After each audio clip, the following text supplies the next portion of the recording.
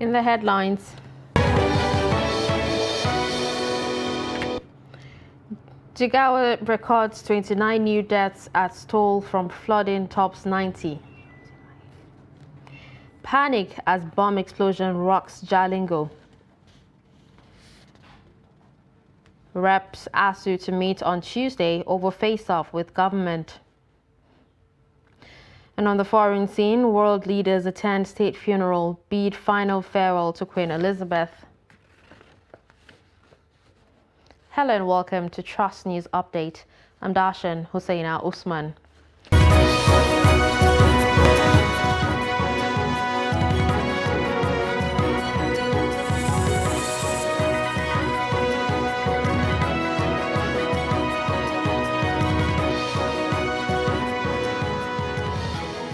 And we'll begin on a sad note where at least 29 more people have lost their lives to flood-related incidents in Jigawa as waters continue to submerge communities in various parts of the state.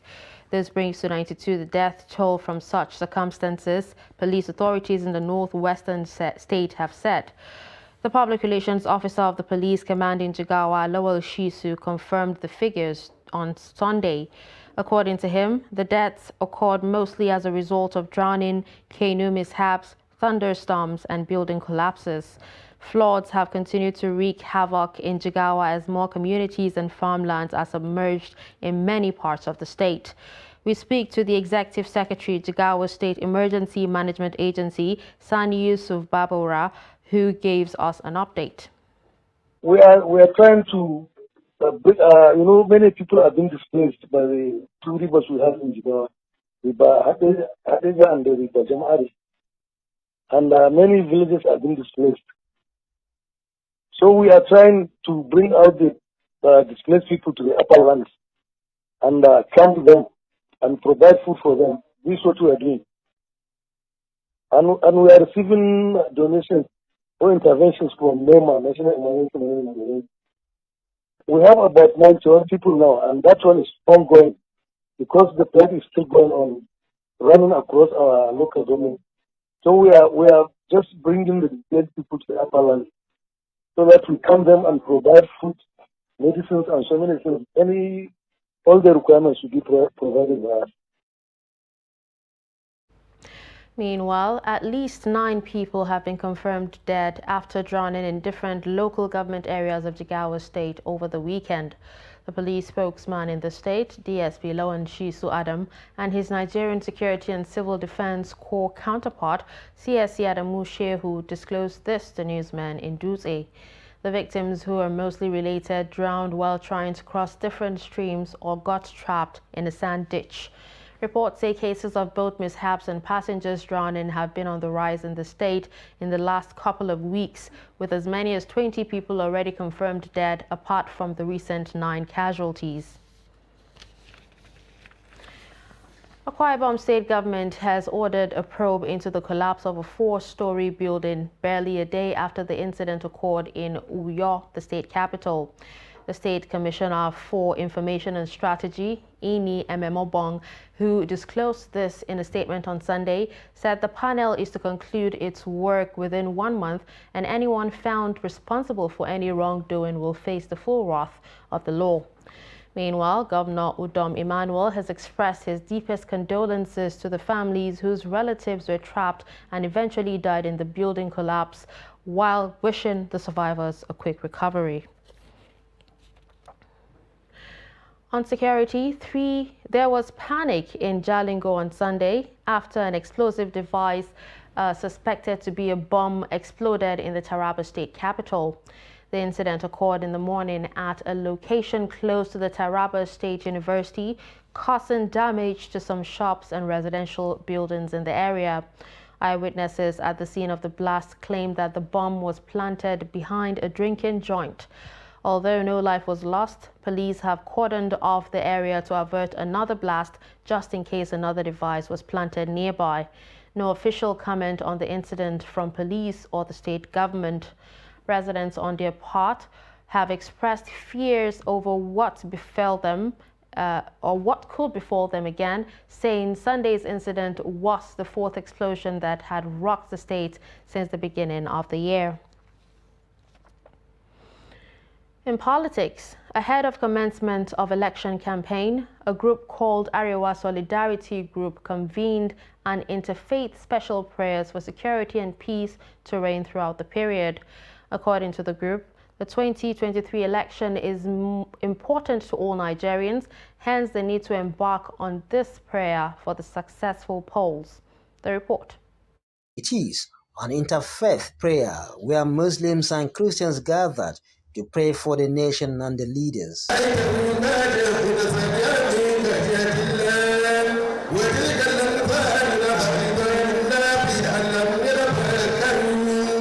Everlasting Father, we begin to ask that you shall restore peace into this country in the mighty name of Jesus. The faithfuls of the two religions believe that with prayers, insecurity and other vices bedeviling Nigeria will be a thing of the past. In the present situation of this country, you can see the high rate of insecurity.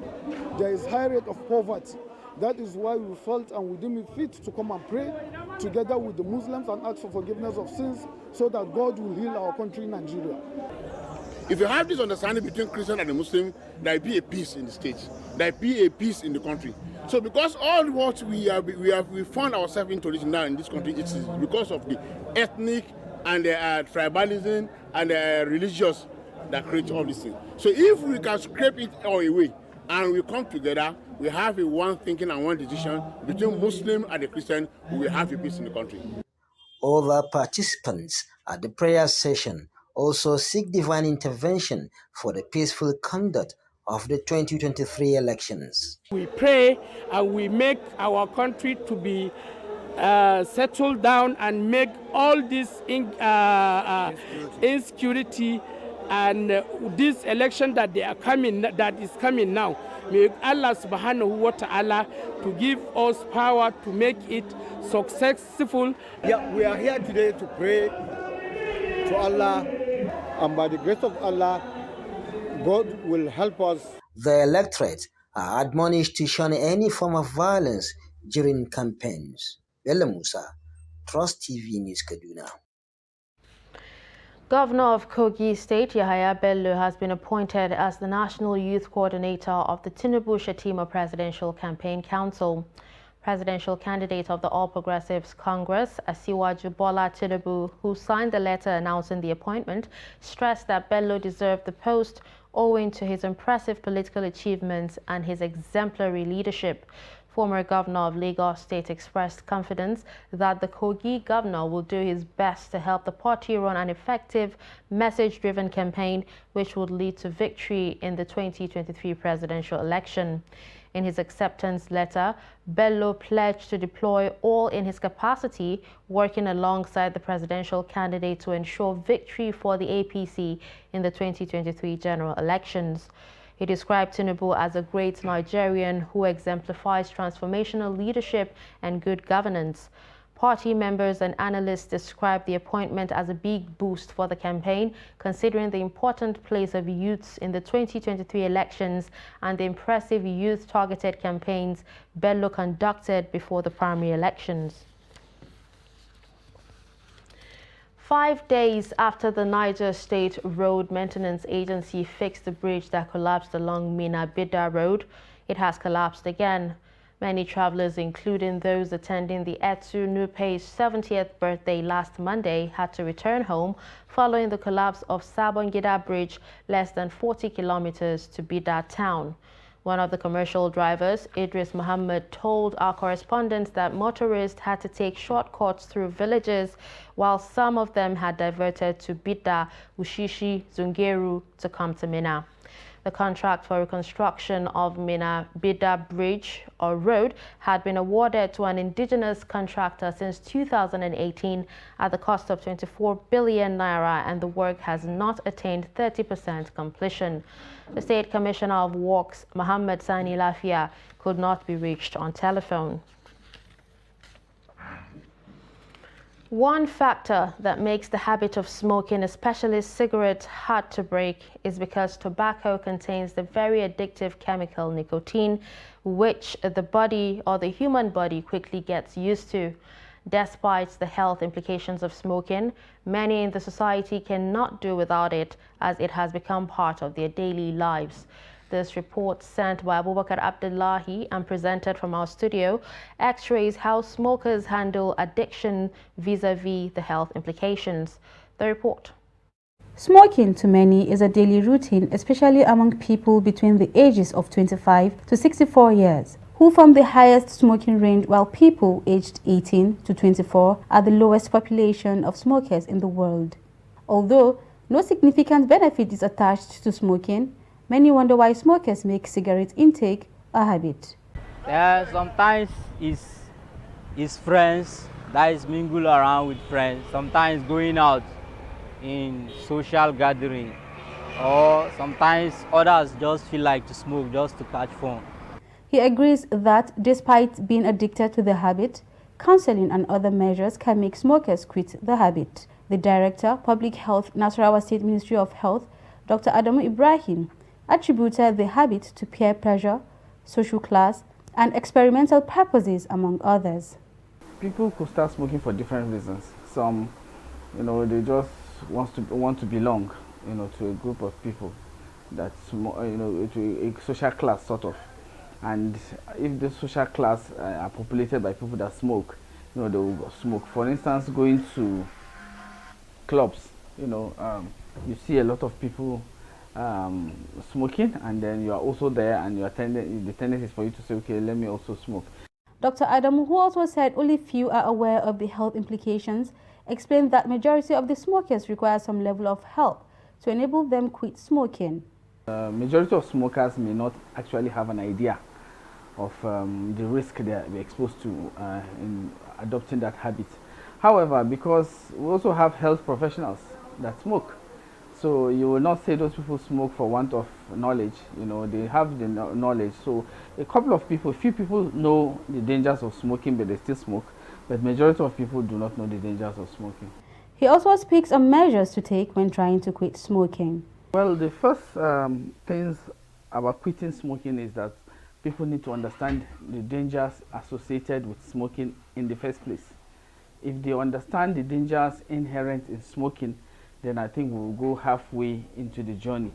Then the second part is for them to have alternatives to smoking.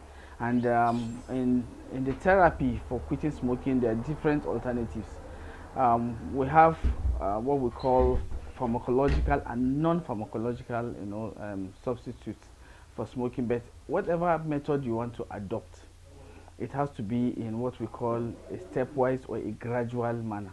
He said government is putting modalities in place to enlighten not only the smokers, but the public to avoid the habit due to health implications. You're watching Trust News Update. Coming up after the break. Sustaining reading culture. Do stay with us. Now which kind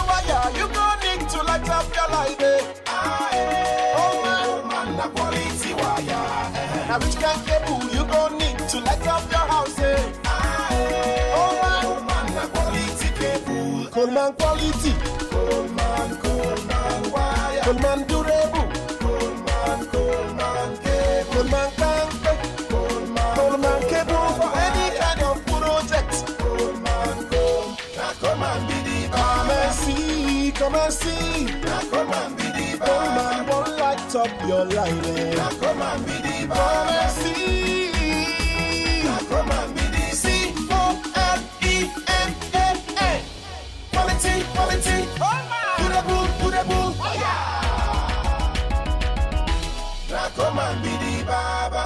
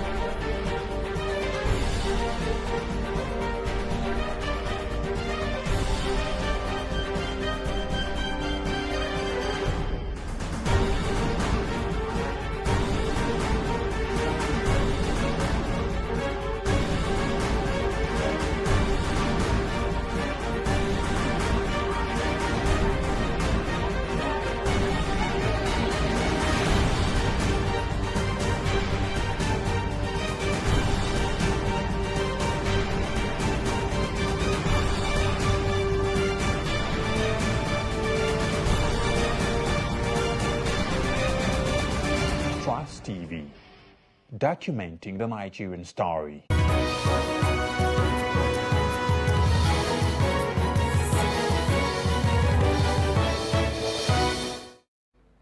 Welcome back and thanks for staying with us. If you're just joining us, you're watching Trust News Update. Here's a recap of some of our top stories. You heard that Jigawa records 29 new deaths as toll from flooding tops 90. You also heard that panic as bomb explosion rocks Jalingo. Moving to education, the House of Representatives and the Academic Staff Union of Universities have scheduled a meeting for Tuesday to dialogue on the 7-month-old strike. ASU is expected to submit a written presentation of its perspective on the matter to the House ahead of the meeting, which is at the instance of Speaker Femi Gbajabiamila. Gbajabiamila, in an invitation letter to ASU President Emmanuel Osodeke, said the House was worried by the failed negotiations between the federal government and the union. The federal government had dragged the union before the National Industrial Court last week. But despite the litigation, the government and ASU said they would not foreclose dialogue aimed at resolving the industrial crisis. Meanwhile, counsel to ASU, Femi Falana, SAN, explained that the out-of-court negotiations can still facilitate the resolution. Kaduna Book and Art Festival, Kaba Fest, has come to an end, with participants entertaining fears over the sustainability of the event after the tenure of Governor Nasir El-Rufai. The participants believe that if sustained, it will encourage reading culture and promote literacy, as well as help in the discovery of talents in the north. The report. Kaduna Book and Art Festival is an annual literary, cultural, and art event that debuted in 2017. It is also the largest art and literary event in northern Nigeria, where literates gather to showcase their talent. Besides inspiring the participants, the event not only encourages reading culture, but promotes cultural heritage. A lot of youths here, and we're losing the reading culture. With this program, I think getting back to books. That literary tradition, which we have always been known for as a people, we are naturally storytellers as Africans, has not been lost. All that is left is for platforms like this to keep sprouting. I believe that there are certain conversations that need to be had, and we don't really have them outside these settings. So I think it's important that we have these conversations here. It exposes you to a lot of critical conversations for this generation and how our society works now. If I'm going to do something big of literature or art someday, I think this is going to be my biggest motivation, Kada Fest. For freelance journalist and bilingual writer Salim Yunusa, supporting writers by state government is key. Having artists in the states is a way of promoting the state and the talent pool of the states. So the government should do all it can to support this kind of movements, because you cannot just be allowed to have a talent for it to waste away. It is very important as a government to identify all sources of talent and promote that in their states. The fears entertained by writers and art lovers is whether the program will be sustained beyond Governor El-Rufai administration in the state. Unfortunately, we haven't been able to move it from government funding to private sector funding, which would have been the ideal. But the only thing I'll say is I personally will try my best to see that it is sustained. If the next government that comes in does not see it fit to continue, we'll have to look for funding from other sources. Well, festivals can only be sustained by funding, to be honest with you, and it's hard. It's very difficult, and as long as Kaduna State continues to put its money where its mouth is about wanting to support young creatives, I think this festival will continue. It definitely should be sustained, because just like the children need to know about their culture, we also need to know more about our culture, and we need to learn how to inculcate it into our everyday lives. The 2022 Kaba Fest featured panel discussion, art and book exhibition, book chat, film screening and discussion, dance performance, among others. Bello Musa, Trust TV News Kaduna. In crime, operatives of the National Drug Law Enforcement Agency have arrested an ex-convict, Onyeka Charles Madukolu, at the Murtala Mohammed International Airport, Ikeja, Lagos, for importing 5.90 kilograms of cocaine concealed in cans of deodorants and ladies' lip gloss into Nigeria. Onyeka, who was sentenced to 7 years imprisonment in Ethiopia for drug trafficking offenses and released from prison in 2020, was again arrested on Friday, 16th September 2022 at the Lagos airport on his return from Sao Paulo, Brazil, via Addis Ababa on an Ethiopian Airlines flight. Here's an update of the agency's activities for the week. A search of ex-convict luggage revealed that he has concealed 5.90 kilogram cocaine inside cans of deodorants and female lip gloss. During preliminary interview, the suspect, who claimed to have gone into drug business to raise fresh capital to start a legitimate business after his release from Ethiopian prison in year 2020, said he was expecting to be paid 2 million naira on successful delivery of illicit drug in Nigeria. In the same vein, NDLEA operatives had on Tuesday, 13 September, intercepted another trafficker, Chukwu Kingsley, who had concealed among food condiments 11,460 tablets of tramadol 225 milligram with a gross weight of 5.7 kilogram and 39 bottles of codeine syrup. Also at the Lagos airport, a freight agent, Lawal Adeyemi, was arrested same day for attempting to export some sachet of Laxotan, among other non-controlled drugs, to Liberia, while operatives equally seized 593.90 kilograms of cat leaf at the Nakot import shade of the airport on Thursday, 15 September, after a joint examination of the cargo by a combined team of security agencies. Meanwhile, a notable producer of a new psychoactive substance popularly called Akuskura, Kasim Ademola, has been arrested by anti-narcotic officers who intercepted 26,600 bottles of illicit substance meant for distribution across northern states.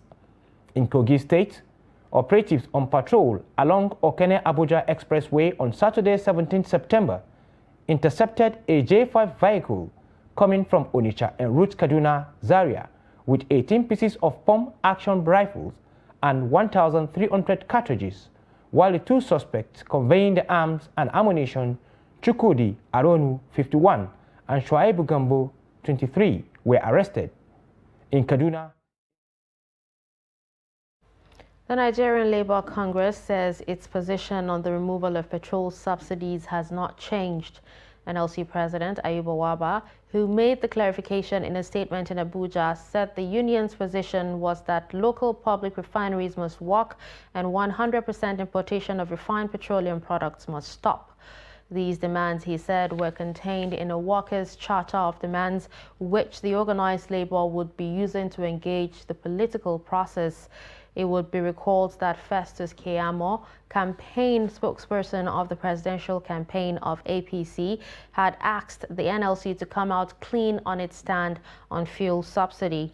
This is because the Labour Party presidential candidate Peter Obi has constantly said that he would remove fuel subsidy if elected. On the foreign scene, hundreds of thousands of people descended on London on Monday to witness Queen Elizabeth II being laid to rest. A grand state funeral was attended by leaders from around the world after a historic last ceremonial journey through the packed streets of London. Elizabeth II's body has been lying in state at Westminster Hall since Wednesday, and people from around the country and overseas have queued for hours to file past her coffin in a constant emotional stream. Hundreds of thousands of people camped out for days to witness the elaborate spectacle of pageantry and to pay their final respects to Britain's longest reigning monarch. After the funeral, the flag-draped coffin of the Queen, topped with the majestic imperial state crown, will be taken west to Windsor Castle. And finally, in sports, Plateau United Football Club has qualified for the next round of CAF Champions League at the expense of Stade Manji of Gabon in a match played in Abuja. Adeni Ajishafe has more. The second leg tie involving Plateau United and AS Stade Manji of Gabon at MK Abiola Stadium Abuja started on a good note as both teams squared up following a 2-2 draw in the first leg in Gabon. Plateau United showed some flashes with so much confidence at the goal area of Manji as Mustafa Ibrahim came close to scoring in the early minutes of the match. A long throw from Plateau United nearly made it to the back of the net, but the Manji goalkeeper was there to save the day. Plateau United's goalie, Suraj Ayeleso, was also tested in the 16th minute of the encounter as he was on hand to save the day. Silas Nenrod put a header to a miss against the onrushing Manji goalie in another encounter of the match. Two missed clear chances in the second half by Nenrod Silas could have made a difference in the early minutes of the second half. Not long after, Agai Kato scored from a header to put Plateau United in front in the 62nd minute to the admiration of supporters at the stadium. AS Stade Manji put up a good fight, but it was not enough as they crashed out of 2022-2023 CAF Champions League, with the match ending 1-0 in favor of the home team. Plateau United advanced 3-2 on aggregate. Expressing joy as Plateau United supporter Lovett Anieke, who came from Jos to support Plateau United, said the team played well to win the match. Yes, I feel very great and happy. At least coming all the way from Jos to come and watch the game in Abuja, we really expected the boys to play well, which they did. No, the both parties, they really did well, but I needed my team, Plateau United, to win because we need to go for the next leg. So I'm so happy we won. The boys really did well. But at the end, in some of the midfield, we are not really at their top 10. But we thank God they still came over. Like, we thank God they won. Our coach is really doing well with the boys. So we hope and we pray that we're going to win there too. Another Plateau United supporter, Oji Sabo, said the Gabonese side laid back in the first half to weigh the strength of Plateau United, which they eventually won. Very well, we were scared because when you look at the tactical play of the game, of the Gabonese, they are tactical on their first half. I think they are waiting for the second half. You can see the way they played the second half. So the first half was a tactical game from the Gabonese to hold the team at that draw stage so that when they come back second half, they will unleash what they know to the team. Unfortunately, the home team used their knowledge to do that. So that is the point. Plateau United will face Esperance of Tunisia in the next CAF Champions League qualifier. And that's it on News Update. Don't forget to follow us across all our social media platforms. I'm Dashan Hosseina Usman. Thanks for watching.